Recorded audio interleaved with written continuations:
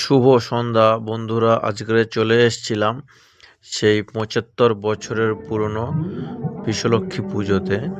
তো এটা পদ্মপুরের একটি গ্রামে অনুষ্ঠিত হয়। প্রতি বছরের ন্যায় এবছরও এখানে অনুষ্ঠিত হতে চলেছিল। তো আমি কোনো বছরই আসিনি, তো এখানে প্রথম বছরই এলাম। আসার পরে খুবই ভালো লাগছে। এটা অনেক বড়। তো দেখতেই পাচ্ছ একটা দাদাভাই ওয়াইফাই বানাচ্ছে।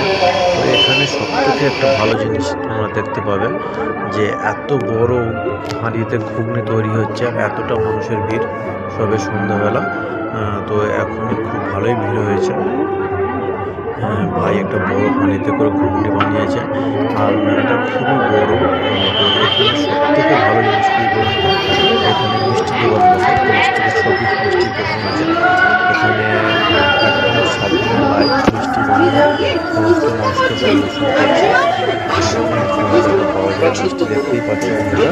নানান রকমের মিষ্টি অনেক কম দামে পাওয়া যায়। তো এখানে একটা যে জিনিস যে এখানে ঢুকতে নেই, সামনেই তোমাকে মিষ্টি বানাচ্ছে। জিলিপি বলো, গজা বলো, সবই বানিয়ে দিচ্ছে। তোমরা আসো আমাদের মেলাতে, সেই আনন্দ যাপন করো তোমরা। এছাড়াও এখানে সব থেকে ভালো জিনিস, প্রত্যেকটা মিষ্টি দোকানে দেখুন মানুষজন মিষ্টি কেনার জন্য সবাই লাইন দিয়ে দাঁড়িয়ে আছে। আর এখানে এই মিষ্টিগুলো এতটাই কম দাম, এই দোকানের থেকে অনেকই কম দামে এরা বিক্রি করছে। এখানে ভালো লাগবে যে দাদা ভাইদের খুব কষ্ট মাধ্যম দিয়ে এই মেলাটা অনুষ্ঠিত করতে করেছিলেন। কেননা প্রথম যখন শুনেছি যে মেলাটা করেছিল তখন খুবই অসুবিধার কারণে অসুবিধা হয়েছিল। তো আবার সেই মেলাটা এত বছর ধরে করে আসছে, খুবই ভালো লাগছে।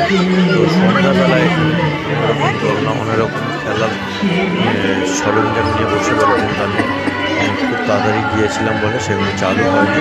অনেক দোকান বসেছিল। দেখতে পাচ্ছ গোটা মেলাটা অনেক দোকানদার।